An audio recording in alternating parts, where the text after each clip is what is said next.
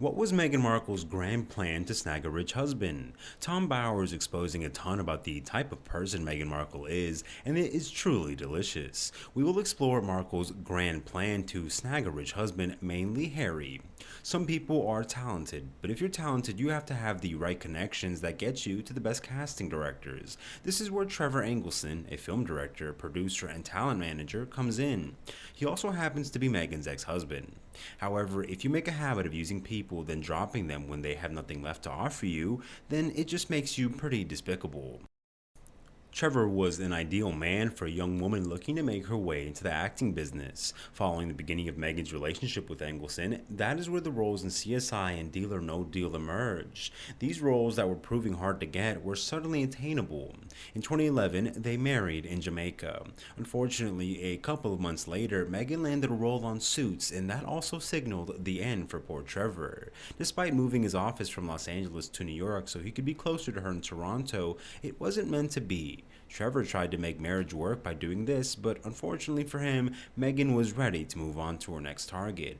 We know Meghan is a total control freak. She has plans upon plans. Now, Meghan's need for control is essentially to her bagging Harry.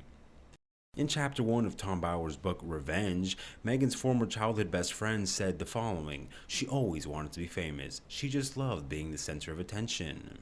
Just Nikki's quote alone shows what a manipulator Meghan is. She also had to ensure that everyone around her was loyal enough not to out her as a fraud. Trevor Engelson was also furious with the way Markle ended their marriage. In fact, even 5 years after they divorced, he still couldn't contain his anger when he hears Markle's name.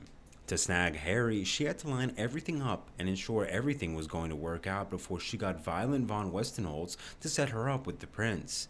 Meghan knew the type of man she wanted, but any relationship she got in had to be on her terms. Everything had to be approved by her, and the man had to do everything she wanted. She wanted a wealthy Englishman. This is a claim brought forward by Lizzie Cundy. Meghan needed to appear very charitable, so she decided to do charity work with World Vision Canada. If I remember correctly, she had cut ties with UN Women by this time, but was acting like she was working for them. Finally, two people important to Harry and Meghan's introductions are Marcus Anderson and Violet von Westenholz. Marcus Anderson has always been a big part of Meghan's grand plan to get Harry under her thumb, and Violet von Westenholz has been a friend of Harry's for a very long time.